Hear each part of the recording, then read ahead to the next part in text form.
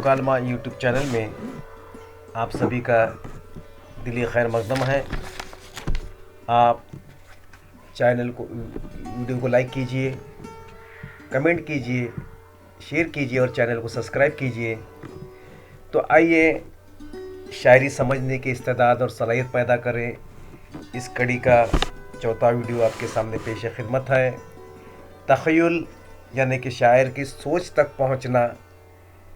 तो हम देखते हैं शेरी इस्तिलाह में तख़य्युल किसे कहते हैं और हमको शेर में शायर के उस तख़य्युल को, उसके सोच के, उसकी फ़िक्र तक हमको पहुंचना है।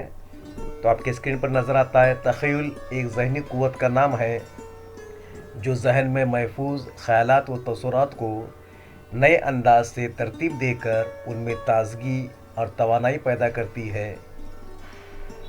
तो देखिए अल्ताफ़ हुसैन हाली ने तख़य्युल के मुतालिक क्या कहा है।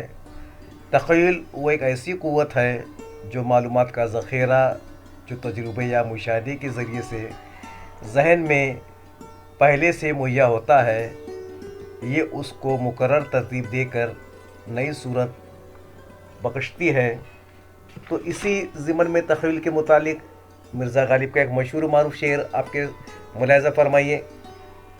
नक्शे फरियादी है किसकी शौक़ तहरीर का, कागज़ी है पैरहन हर पैकर तस्वीर का।